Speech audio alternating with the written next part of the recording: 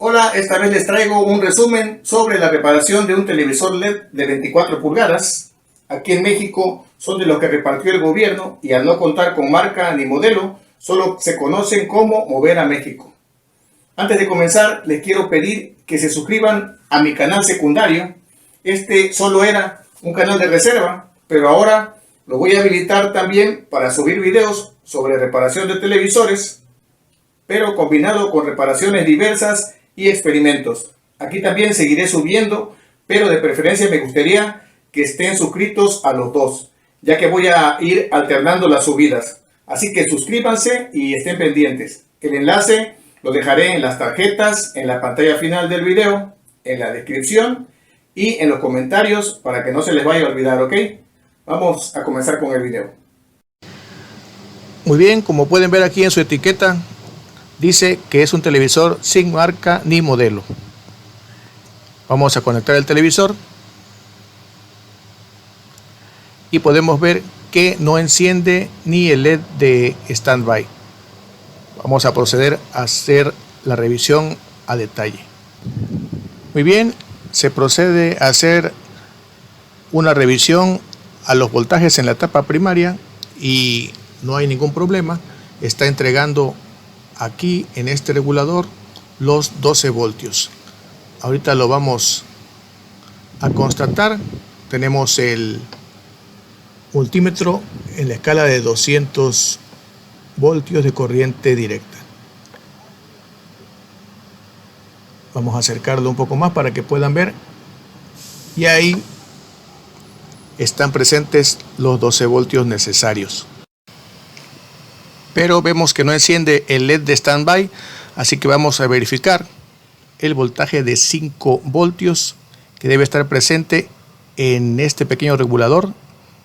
En ese pin está marcado este regulador como GG5U, no encontré información, pero siempre he verificado el voltaje en ese pin, pero también lo podemos checar en esta parte. Aquí están señalados los 12 voltios y los 5 voltios. Vamos a hacer la prueba en esos puntos después del fusible. Aquí están los 12 voltios y abajo vamos a verificar si tenemos los 5 voltios y tenemos 1.2, 1.3, los mismos que están presentes aquí en el pin de este pequeño regulador. Bueno, haciendo unas mediciones con el multímetro análogo en la escala de ohms por 1, detectamos este condensador en corto, pero recordemos que los componentes, cuando están en la tarjeta, las mediciones pueden resultar engañosas. Así que, como en ocasiones anteriores he encontrado condensadores en corto, vamos a levantar ese condensador, lo vamos a separar de un solo lado, y también el regulador. Verificamos si están en corto las piezas, pero están de manera correcta. Y con respecto a tierra, la línea de esos 5 voltios sigue midiendo en corto. Entonces vamos a retirar de su lugar la memoria flash. Ahí tiene sus datos. Y vamos a medir con respecto a tierra el pin número 8. Tenemos la punta roja del multímetro a tierra y con la punta negra al voltaje de alimentación de la memoria flash, y el corto persiste, así que sospechamos que es el procesador. Lo retiro por completo con la estación de calor y procedemos a verificar si ya el cortocircuito desaparece.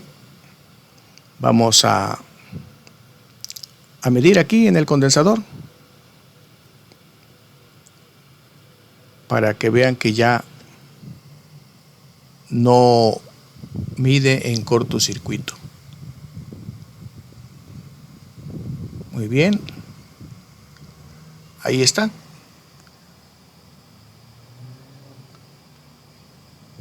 Ahora lo que vamos a hacer es verificar que estén presentes los voltajes, el de 12, y que ya esté presente también el voltaje de 5 voltios. Muy bien.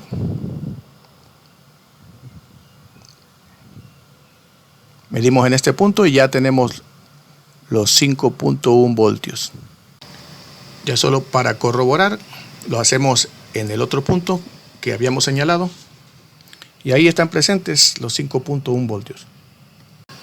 Ahora lo que voy a hacer es sustituir ese circuito procesador.